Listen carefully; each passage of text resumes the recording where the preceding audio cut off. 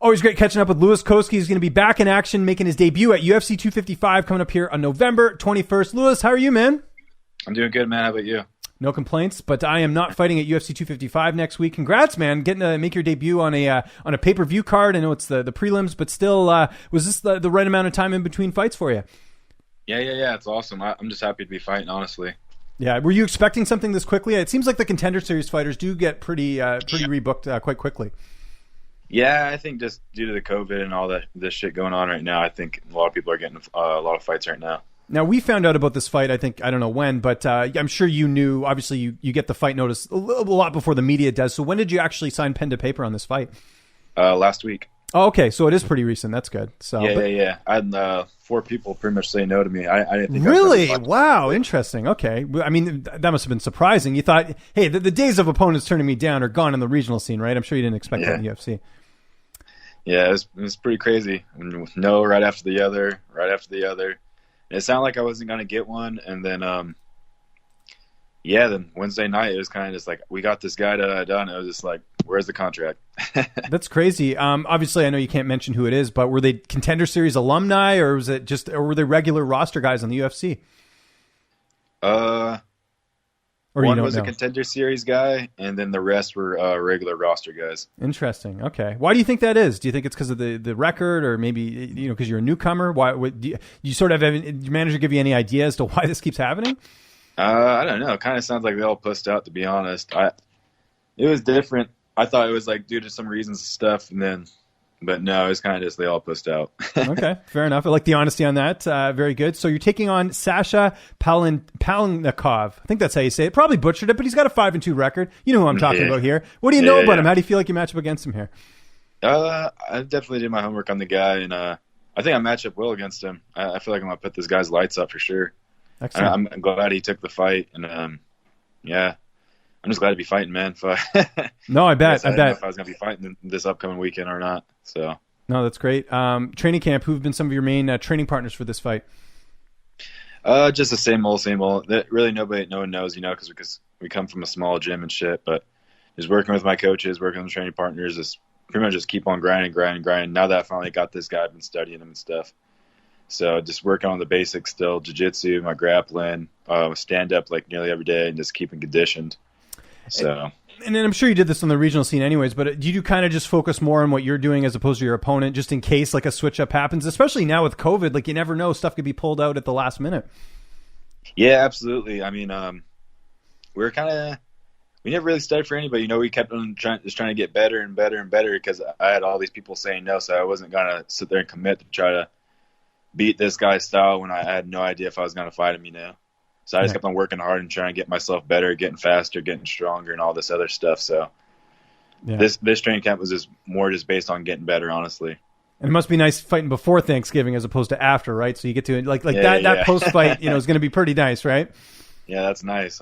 It's Thanksgiving's that Thursday after, huh? I believe it is. Yeah, I'm Canadian, so I always get the date mixed up because I don't know if you know this little Canadian history here. Our Thanksgiving's actually in October. Oh wow! Yeah, I didn't know that. There you go. We need that, whatever's the NBC gift where it's like the more you know or whatever. So there you go. Yeah. Doing some education here. And on that note, how's the weight cut going ahead of this fight? My weight's good. Yeah. My weight used to be fucking crazy when I was cutting to 55, but ever since I bumped up to 75, it's good. I got a little bit bigger since then because when I went to the UFC PI, they gave me a strength and conditioning schedule and stuff with lifting weights. I never really committed with lifting weights before, and this time I did. So I got a little bit bigger and noticed it, gained a few pounds, but my weight cut will still be good. How has that been, by the way, getting to work with the PI? Like, this is stuff you didn't really have at your disposal on the regional scene. No, it was cool, man. It was just like a lot of knowledge, a lot of rehabilitation stuff. Like, I wasn't putting enough of recovery in, I noticed. They were pretty much just telling me, like, you got to put as much recovery as you are training. So I've been trying to do that, just a lot more recovery. So, and then I got to find out a little bit more about myself, my body fat and stuff, and then they're pretty much just telling me how to build more power, and then how practically not to overdo weights, but add it in my training schedule. Okay. Was there anything in those results that surprised you? Maybe some things you weren't doing that you should have been doing? Yeah, lifting weights. Like I said, I never really did it, but I noticed the power has changed a lot. So I noticed, like, Yeah, the power, the conditioning, it feels different, what weights can do for you. I could see it in my body structure, everything. Yeah, I mean, I guess just most people, like, at least I assume that every fighter lifts weights. So, I mean, does that give you even more confidence now, knowing that, like, you didn't even really lift weights that much and you already have this great record, got a big win on Contender Series? Like, I'm sure that's got to, make you feel a little bit better going in this debut, knowing that, hey, this is something that I wasn't even doing and now I can add it in and I can be even better. Yeah. Yeah, I get, like, the fast twitch muscles faster. I could feel it, like, just all around, The power is definitely going to be a lot more. I can sustain it a lot longer now.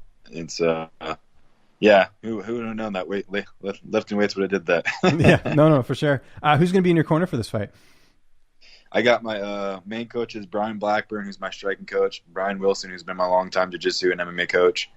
And I was going to bring my brother, but he ended up getting injured. So I'm bringing my buddy out this time so I can have a body to work with while we're doing that for the week, Okay. How's your brother doing, by the way? When's what type of, like, I don't have to give me like the full medical report, but is he like, how is he going to be out for a while, or how's everything going? I think for a couple months. I think he said he's aiming for February or March or something like that to give him some time. And enjoy the holidays, right? That's important. So yeah, absolutely, it is important. He just got he's newlywed, so he's trying to enjoy his family or enjoy his wife and stuff. So. No, for sure. Well, and, again, you don't want to rush into that debut, right? Especially if you have injuries. Like, you might as well take your time, get all those bumps and bruises healed up. I know you're not 100% every fight, but still, make sure everything's good to go when you make that debut, because it's, it's sink or swim when you're in the UFC, right? Yeah, absolutely. And he had a tough guy ahead of him, too. I'm sure Dolby was training tough for him. He knows that Orion's a young kid. I thought Orion with the full camp and healthy would have just straight smashed him, but you don't really want to take those risks, going to a fight, being injured, and then fucking losing your debut, and it wouldn't have looked good. No, for sure. How's your debut going to play out? November 21st. How do you see the fight unfolding? I'm going to knock his ass out. Love it. Didn't even hesitate. Not looking past November 21st, but I imagine the plan is to, take a little bit of time off, then reassess for next year. You're not going to try and stay on short notice during the holidays, because that wouldn't be very fun, right? No, I don't think so, man. Unless it's like a super good opportunity, then no, if it's a great opportunity, I'll take it. But at the same time, I think my team and I are going to try and enjoy the holidays and look at this upcoming year. For sure. I'm not it's so been a busy sure year, when, yeah.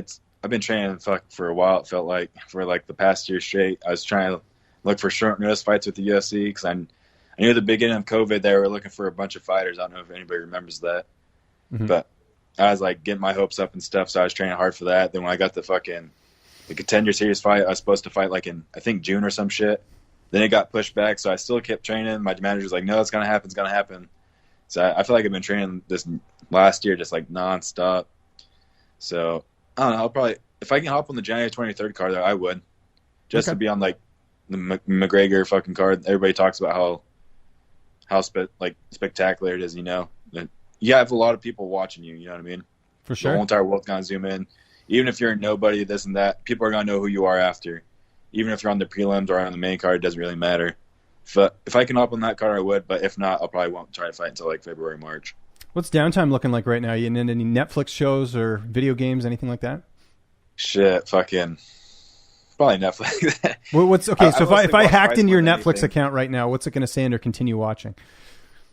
And continue watching? Shit. I haven't been watching Netflix a whole lot. I've been watching Amazon Prime. Let me guess, you're watching The Boys like everyone on Amazon Prime? Yeah. There you go. I'm a mind reader too, not just an interviewer. Yeah. There's a couple good shows on there. I was trying to avoid that show. Everybody was trying to tell me it was good. And I watched the first 10 minutes of it. I was like, it's not that good. Then I rewatched it again. Then I just straight watched every single episode within a day or two. And you get hooked. Yeah, I know how it is. Yeah, no, I totally understand that. Louis, this is a lot of fun, man. Thanks again for taking the time. Really appreciate it. Looking forward to your debut coming up here. UFC 255, November 21st. Anyone you want to thank? Any sponsors? Any social media you want to plug? I'll give you the last word. Yeah. I want to thank everybody back at home in NorCal, Humboldt County, the counties around, everybody back on there is that show love and support me. Even from people after my last fight, I had a lot of people from around the world and stuff, different countries showing me love. So thank you guys. Thanks to my team, Lost Boys, all my family and friends that helped me out, my training partners, my sponsors, Get Right, Royal Chiropractic. Much love to all you guys. And then my team, my management, Jason House, our Team Iridium.